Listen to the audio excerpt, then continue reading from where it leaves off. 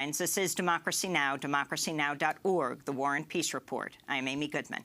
We turn now to Texas, where the death toll continues to rise from Hurricane Harvey. At least 63 people have now died in the unprecedented flooding. The damage caused by the storm is staggering. More than 40,000 homes have been lost, as many as 1 million cars destroyed. Meanwhile, the long-term environmental impact of the storm is just beginning to be felt. The Center for Biological Diversity reports flooded oil refineries and chemical plants released as much as 5 million pounds of pollutants into the air during the storm. On Friday night, another large fire broke out at the flooded Arkema chemical plant in Crosby, Texas. Then on Sunday, authorities set fire to 6 remaining containers of chemicals in what was described as a control burn. The company continues to refuse to inform local residents what chemicals burned at the site. Well, this weekend, Democracy Now! Headed to Texas. I went there with Democracy Now!'s Renee Feltz and Hani Massoud. Both are from Houston. We went to get a closer look at the environmental and public health impact of Hurricane Harvey and related flooding. Houston, the Petro metro, is home to a quarter of the petroleum refining capacity in the United States. Include the entire Gulf Coast, and the percentage increases to half. Some of the major refineries in the region are run by Exxonmobil, Valero, and the Saudi-owned Motiva. This weekend, we took a toxic tour of the facilities along the Houston Ship Channel, where plants spewed toxins into the air of nearby neighborhoods, so often poor communities of color. Our guide was Brian Paris, organizer with Sierra Club's Beyond Dirty Fuels campaign in Tejas, Texas Environmental Justice Advocacy Services. Our visit came as the number of people who have died from Harvey rose to at least 63, including the first reported death of a volunteer rescuer who was also a recipient of DACA, the Deferred Action for Childhood Arrivals program. The body of Alonso Guillen was found Friday after he disappeared Wednesday when his boat hit a bridge and capsized. His mother told the Houston Chronicle she tried to come from Mexico to the U.S. to bury her son, but was turned away by Border Patrol agents. She said, "When we are with God, there are no borders." As we begin our toxic tour of Houston, we stop by a fundraiser that was set up to pay for the funerals of 4 undocumented rescue volunteers who were killed when their small boat was swept away by churning floodwaters last Monday and ran into downed power lines. They were electrocuted. Brothers Yahir Vizwith and Benjamin Vizwith, their uncle Gustavo Rodriguez Hernandez, and their friend Jorge Perez, electrocuted when they fell into the water. Another brother, Jose, survived, along with 2 British Daily Mail journalists who were also on the boat to document the rescue missions. All of them suffered severe burns. They clung to trees until they were discovered the next day, some 18 hours later. At Sunday's fundraiser, we spoke to family member Stephanie Jasquez. On Monday around 3 p.m., what started that morning, they were out rescuing people, a group of 5 men. They went out on a different part of town to save families affected. There wasn't enough, boats on the water. They had a boat. They said, why not? We can help. We want to help. They saved a total of 7 people, 2 families. Then they heard that on the east side of town, towards Normandy and Wallaceville, it was getting flooded horribly. So they said, well, now we're heading that way to see what we can do and how we can help. On the way over there, they were trying to cross a bayou, and they lost control of the boat. I'm not exactly sure the details, but they lost control of what we've heard and wrecked with an electricity pole. They had to jump out of the boat, and when they jumped in the water, they all got electrocuted. 3 of them were saved the next day at 11 in the morning. And those 3 were Jose, the brother? Jose Vizwith was saved. 2 reporters from the Daily News UK were also saved. Daily Mail? Daily Mail. They were saved. They were also on the boat. Within the next day or so, we heard news of Yair being found, one of the other brothers, one of the 3 brothers on the boat. Jorge was also found, and we were still missing 2. They were found on Thursday. We took it upon ourselves. We gathered a search group. The family, there was around 100 people in that search. Around 3 p.m., we found Gustavo behind a neighborhood, and the search continued. We were still missing 1 more, and he was found by boat. Hi, my name is Elizabeth Burnaby. These 4 guys were undocumented. You know, they didn't have papers, that's true. And they didn't care. They still risked their lives, and they saved a lot of lives. So we're going to leave this fundraiser and get back in the car and head out on our toxic tour with Brian Parras. So there are some relatives that are undocumented, and, you know, we're fearful of any attention that they would draw to themselves by, you know, asking for help. And we're in Texas, you know, people are very proud, don't like to ask for help, but we need it. We all need it right now. Yeah, so we're in Denver Harbor right now, and it's just north of Buffalo Bayou. So we're going to continue from here, from this just terrible story of 4 heroes who were killed as they were trying to save people, for you to take us on this toxic tour of Houston. Yeah, I mean, you know, this isn't normally a stop. You know, I think this is emblematic of the very, very strong part of these neighborhoods. We're just driving on 610, and this is the on-ramp. We're going north right now, and what you're looking at is Manchester. This is the beginning of the Petro Metro, Amy. You know, this goes on for 30-plus miles all the way to Galveston Bay, and then it even wraps around Galveston Bay to Texas City, and then to Baytown, and other, you know, onwards to Port Arthur, Beaumont. And can you talk about what's happened to this industry in the midst of Harvey? Yeah, so a lot of these plants had to go into emergency shutdown prior to the storm coming.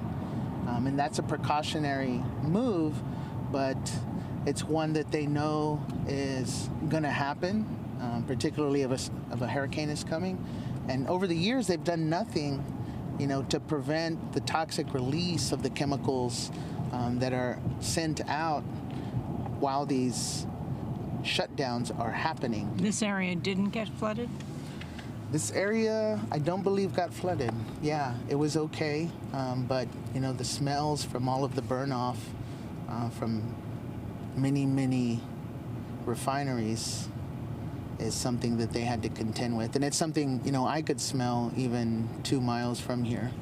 This is Westway, yeah, and these are storage tanks. And I'm not sure what they have in here, you know. A lot of times it's really hard to know what these facilities are doing. You know, as we saw with the Crosby situation, they oftentimes claim that because of terroristic threats, it's better to not inform the community. Yeah, we have folks who don't really know what all of the threats are. And throughout the day, you know, they have to hear alarms and bells and things go off that worry them, you know, that cause undue stress and anxiety. We just passed by a house, you know, completely surrounded by tanks, and across the street is Hartman Park. And this is the only green space for the neighborhood here. And so across from the park, literally one street, is Valero Refining. So I'm going to stop here. This is a friend of ours, Judith Nieto's grandmother lives here, and during the storm, I was getting messages from her aunt because they were really concerned about the Crosby plant and how that might affect, you know, things here. And of course, they were having to deal with the toxic fumes as well. So I promised I would bring them some masks.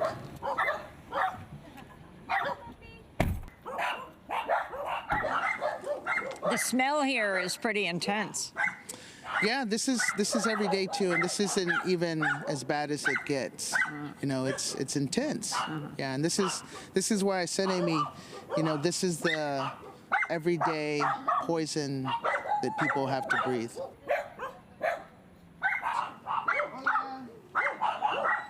Dicen que quieren un máscara.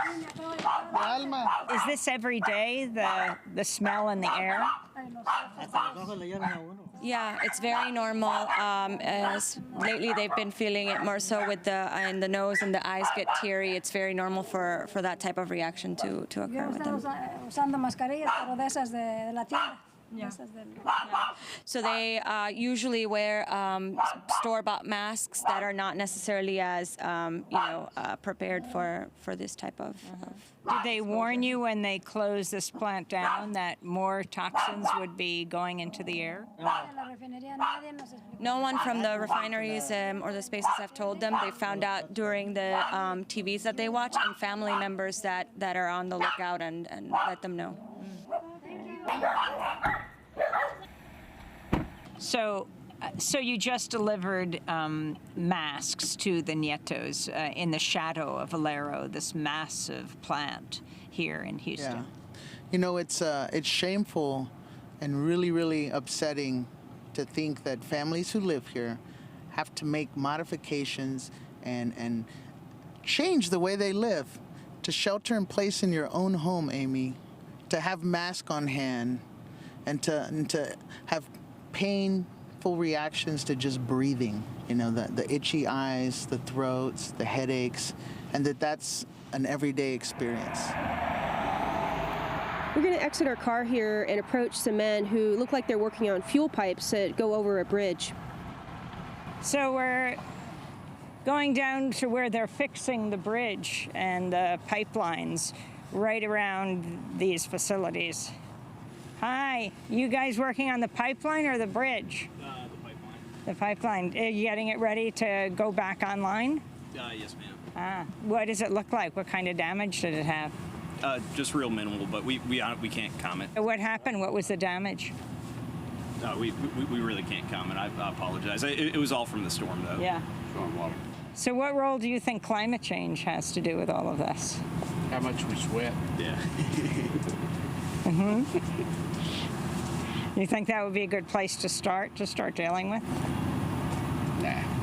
Save you money. You guys working for Valero? No, we're the contractor for Enterpipe. And we do some job for Enterprise. What's wrong with the pipeline? What happened? The water goes too high, and we move the pipe over over the spot we got it set up. We move it over and we trying to put it back on place. Oh, because the water pushed it over? Right. I see. Right. Are they going to be able to turn the pipelines back on soon? Oh yeah, pretty soon, but on maybe an hour or two, we're gonna be. In an hour or two. In an hour or two, we're gonna be the same like it is before. We've heard that the factories and the refineries you're showing us shut down, and that was dangerous, but now they're starting it back up. Is that also dangerous? Yeah, the same thing that happened during the shutdown is going to happen again during the startup. And I don't know how long that startup process lasts, but if you can imagine all of the liquids that are in the pipes, you know, that feed into the facilities, you know, all that's going to have to get turned back on, and it's going to take a good while for, you know, the system to be properly, you know, sort of running as it normally does. A lot of these facilities are not meant to ever stop. They just keep going. And so that's what causes, you know, the dirty burns and the problems. Not to think that it's safe at all when it's running, you know, normally it's still putting toxins into the air, but when these other events, shutdowns and startups happen, it's even worse. That's Brian Paris of the Dirty Fuels campaign of Sierra Club taking us on our toxic tour of the Houston Ship Channel, which continues in a minute. This is Democracy Now!, democracynow.org, the War and Peace Report. I'm Amy Goodman. In the wake of Hurricane Harvey, we continue with our toxic tour of Houston, the Petro metro, home to a quarter of the petroleum refining capacity in the United States. I was in Houston this weekend with our Democracy Now! Colleagues, Hani Massoud and Renee Fels, both Texan natives. Our guide was Brian Paris, organizer with the Sierra Club's Beyond Dirty Fuels campaign in Tejas, Texas Environmental Justice Advocacy Services. We're on our way to Baytown. Baytown is home to Exxon. You know, very, very old plant. It's the second largest refinery Exxon has, and it was inundated with water during the storm. It may still be. I haven't been there yet, but they had some massive flares that were documented by USA Today, and burning these chemicals that we were just talking about, you know, during their shutdown process. And did the EPA give them waivers to burn all this out, or all these companies to release toxins? Yeah, so normally, in a regular situation, you know, they would be limited in how long they could flare. In this case, the EPA gave them a waiver so that there were no penalties for exceeding those time limits. We're looking at a sign that says Kinder Morgan warning gas pipeline crossing. And just, you know, 20 feet behind it is someone's home. You know, someone lives right here. There's not much regulation in Texas, is there? This is what people look at when they say there's no zoning. These are the sorts of situations that happen. And we just drove by new pipelines, which makes me think that there have been some breaches, some leaks, something, you know, or else why are these pipelines here? It looks like they're going to do some repair jobs right here in this person's, you know, backyard. We're standing in front of a Motiva plant. Motiva is run by Aramco of Saudi Arabia. It's the largest oil refinery in the country, right here in Houston, Texas. Right behind us is a warning sign for a pipeline that says Energy Transfer Partners. Energy Transfer Partners built the Dakota Access Pipeline. We just passed pipelines or equipment for Kinder Morgan, Motiva, the largest oil refinery here, Energy Transfer Partners, which makes the Dakota Access Pipeline, all within a few yards of each other. This is the concentration that exists here. And, of course, directly next to a neighborhood. Yeah, and this is another predominantly Mexican-American neighborhood. This is the definition of a fence line community. As opposed to a front line? As opposed to a front line. So look, here's a nice little flare. And so, yeah, there's a distinction, right? When folks say frontline communities, of course there are a lot of people who live near different toxic sites. But a fence line community is literally, you know, bordered by these facilities like you see here. And it's not just what you see above ground, it's the many pipelines that are underneath the ground. And there have been studies done here to point out that the pipelines are also leaking benzene from the ground. So you're getting rained on from above, and you're also getting gassed from below. There's no escape. We're riding over the Hartman Bridge, and below us is the Houston Ship Channel, and it empties out into Galveston Bay to our right. And to our left is Exxonmobil, the second largest refinery in the country. And this is the plant that was inundated with water. And we're coming to check it out because we just heard that it's coming back online. As we're going around on this toxic tour to the Exxonmobil refinery here in Baytown, Brian Parra and Crystal Ibarra stopped at the local church to deliver them some food and some clothes.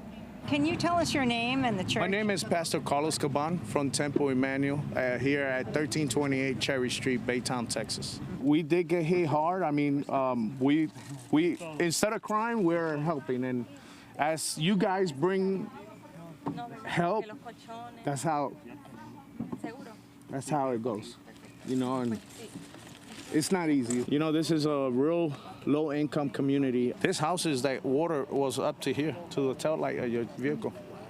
And they're still living in there, and they're afraid of coming and getting help. Like, I didn't see a lot of furniture out in the streets.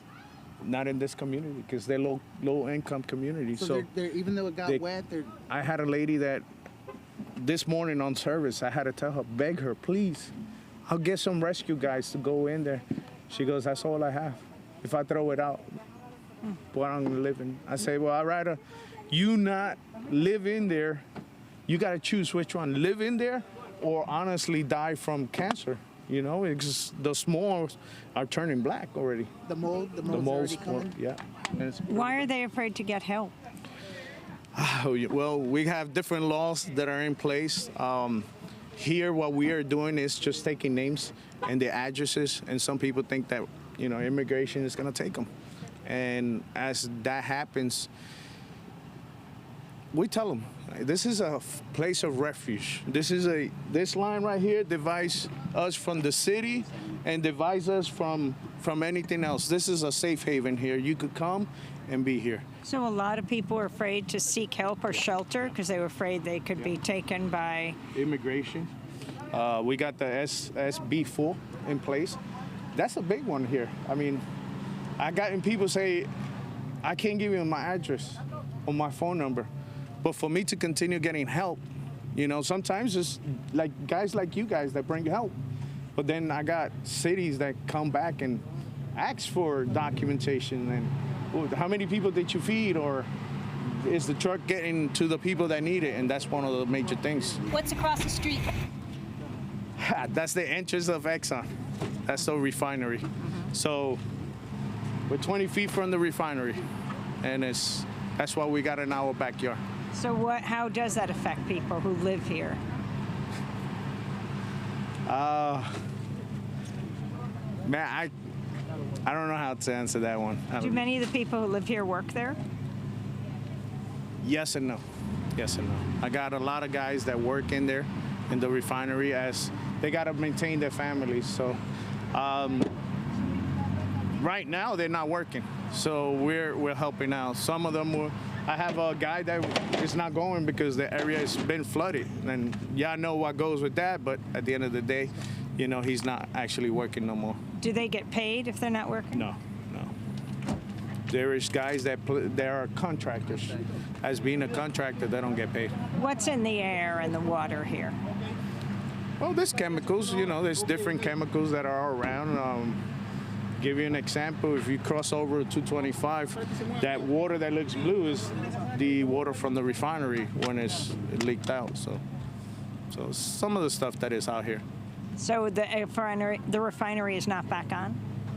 Not yet. They haven't turned it on. I don't know how long they'll start it back up. But right now, it's actually off, so it's not working. Did they explain anything when they shut it down? What was that like when they shut it down? What did they tell you? Oh, they didn't call nobody. They didn't say no volunteer or anything else. They just shut it down. All you can see is, well, right here. If you look right here, right behind that tree, is a flare. So, as we were out here, we were getting, as we were giving relief, you're still getting the impact of the flares. Is the flare always raging, or was it? Just last night, and I want to say when the hurricane was here, the whole week, day and night. So the flare burns not all the time, but when the plant closes down? Yes. Well, no, I can't say. When they got an upset, they do burn. So for us, I mean, we're in the community, you know. Where can I go? How is the cancer rate here? Oh, it's big. It's big. If you noticed, 4 years, I want to say, you take this street right across the refinery, they had there was the city projects were there. And they were affected by gases, and they eliminated them all completely. Exxon bought them all out. Are you concerned about climate change? Yes and no. Yes and no. In the sense, we are seeing the effect right now. When it comes about climate and anything else, we're seeing it right now. I'll give you an example. When in history have we seen a flood just like this? It has to do with climate change, and it has to do with what's going around the world. you know. For me to live here so many years and now suddenly a flood this magnitude, I mean, even here, I mean, it's unbearable. It's unbearable. What do you think of the fact that the President of the United States, President Trump, denies that climate change, that the fossil fuel industry or human beings have anything to do with climate?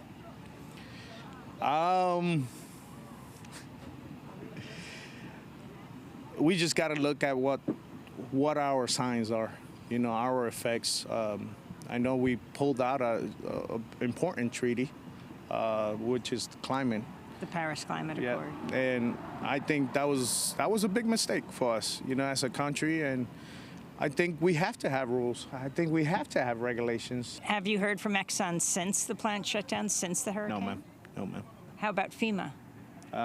We don't got FEMA here. Federal Emergency Management Agency. We don't got them here. We, as churches, as part of the city, working with the city, we're on our own. What about Red Cross? Have they been here? No, man. Nope. We were a shelter for 5 days, and the city put a response together of pastors to help out. Nobody else. President Trump's deciding on DACA whether to end it, the dreamers, their ability to stay and work. That affects me. It affects me as a church. It affects me. It affects us all.